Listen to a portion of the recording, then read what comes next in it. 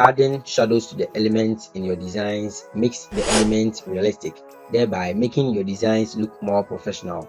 In this video, I'll show you first the simplest way you can add shadows in Photoshop, and also you will learn how we can copy original shadows to new backgrounds like this. And finally, we will dive into the tips and tricks when adding real shadows to obtain results like this. So let's get started. So to show you the simplest way you can add shadows to elements in Photoshop, we are going to use this image over here to demonstrate that. Like so, you first add a new layer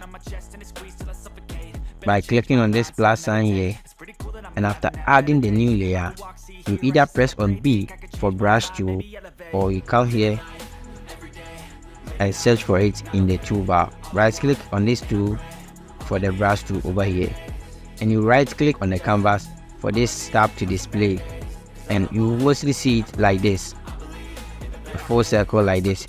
You click on this part, you bring it down like this, somewhere like this, it's okay, and then you make sure that the hardness is at 0, and then you set the size. Okay, so I think this size is too small, increase it like this, or we can even use the Control Z. You can even use the square brackets, left square brackets and the right square bracket to increase the size of the brush. Okay, so the right square brackets and the left square brackets like this. Okay, so let's increase it small and let's give it one click, something like this. Okay, you can set the size of the brush to your preference. Okay, so you are not done with this, you can add some blur to it. So blur, and then Gaussian blur, and I think something like, let's say 30 is too much. Okay, no, it's too small. Let's say 50 is too much. 30, yeah, 30. I think 30 is okay. You can erase the sides. Yeah, so this the simplest way you can add shadows. This is not the only results you can obtain, it is just how you can do it. So you can manipulate it and then get your own results that you prefer. In this second tutorial, you will learn how you can copy the exact shadow of an image or an object to a new background. Let me show you what I mean by that using this cap as an example. You want to change the background of this cap from this white to something different. Okay, so to do this, let's first select the cap. So we will use the selection tool to select the cap. Over here, I'll use the object selection tool, and then I'll select the cap like this. Okay, so after selecting, you right click on it, and then you layer via copy, and you turn off the layer 1 to get the cap on a plain background. The reason why I did that is because we have another space in the handle to remove. That one it didn't select, so you either use the lasso tool or the polygonal lasso tool. So me, I'm going to use the polygonal lasso tool, very quick one.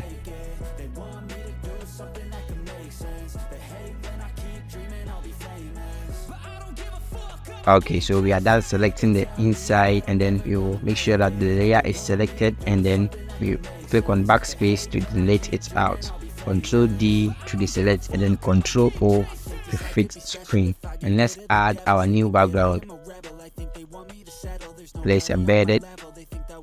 This is our new background, but as you can see, it looks isolated on its new background. So what I'll do is that I'll add the old shadow. I'm not going to create any shadow for this, but I'll add the old shadow. So to do this, let's turn on the old layer, which is the original layer, and let's turn off the new background, and then let's select the old layer, that is the original image, and let's pick one of the lasso tools. So me, I'll pick the lasso tool, and then let's select the shadow like this. Okay, and then let's right click and then layer via copy. Okay, so after layer via copy, you see that you have another layer here. So all that we will do is that we will off the old layer, we will on the new background, and then we'll bring the recently selected layer to in between the cap and then the background. Having it like this, you send the blend mode from normal to multiply, and then as you can see, it is not that perfect now, but you can make it perfect by adding an adjustment layer called curves. So when you add the curves, you don't just add it like this, but you adjust the bars like this. Bring this one in small, but first of all, make sure that you clip mask the curves to only the layer 3. So to do that, you can right click on the curves like this and select clip mask, or you can click on this icon here to clip mask it inside the layer 3 alone. Okay, so after doing that, you see we've gotten the result. Let's go back small. Oh no, let's come forward. And then if you want to add more shadow, we'll bring this one inside like so. Okay, so before, after, before, after. Perfect. Before we continue to the final part of this video, where I am going to share with you some critical tips and tricks when creating realistic shadows in Photoshop, please, if you haven't subscribed to this channel, make sure you subscribe, and don't just subscribe but give a like to this video if you are enjoying it. One thing I will ask is that if you know these tricks already, let me know in the comment section. Okay, so for the final part, which is very critical, let's begin by selecting the main object, which is the young girl. So you first select the objects. To use any of the selection tools to select the objects, you can even use the pen tool to select it. It's up to you. All that you want to do is to get the object selected. So after the selection, you right click on it and then you layer via copy, and then you click on the move tool. You activate the move tool like this and make sure that the layer 1 is selected. You press on Ctrl J on the keyboard to duplicate the layer 1, and then you name the middle layer shadow. Enter on the keyboard, and then let's turn off the layer 1 copy, and let's make sure that the shadow is selected. And let's come down here, FX, and let's add color overlay.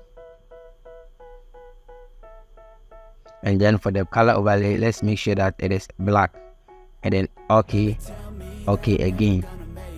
Let's close this. Let's bring back the first layer, which is the layer 1 copy. Let's bring it back like this, and then let's make sure that the shadow is selected. Now the shadow layer is selected, and then let's head over to edit, perspective warp, and let's just click any part of the canvas and let's adjust it on it like this.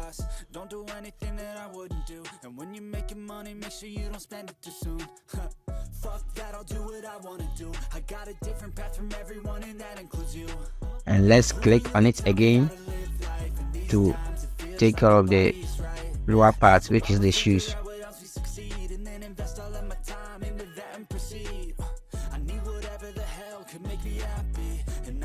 Okay, and then once you are done, you click on warp, and then we will use this adjustments to adjust the shadow.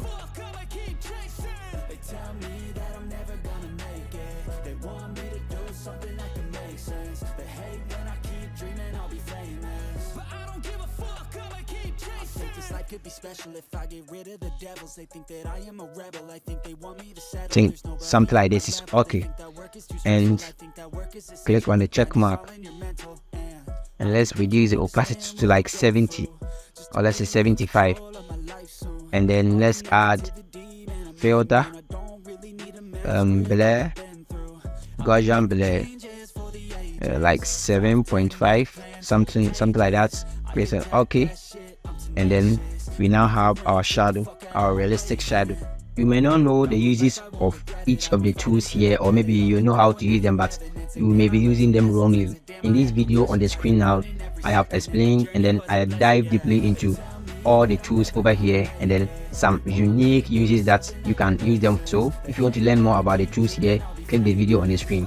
Until next time guys, quench not your creativity. Peace.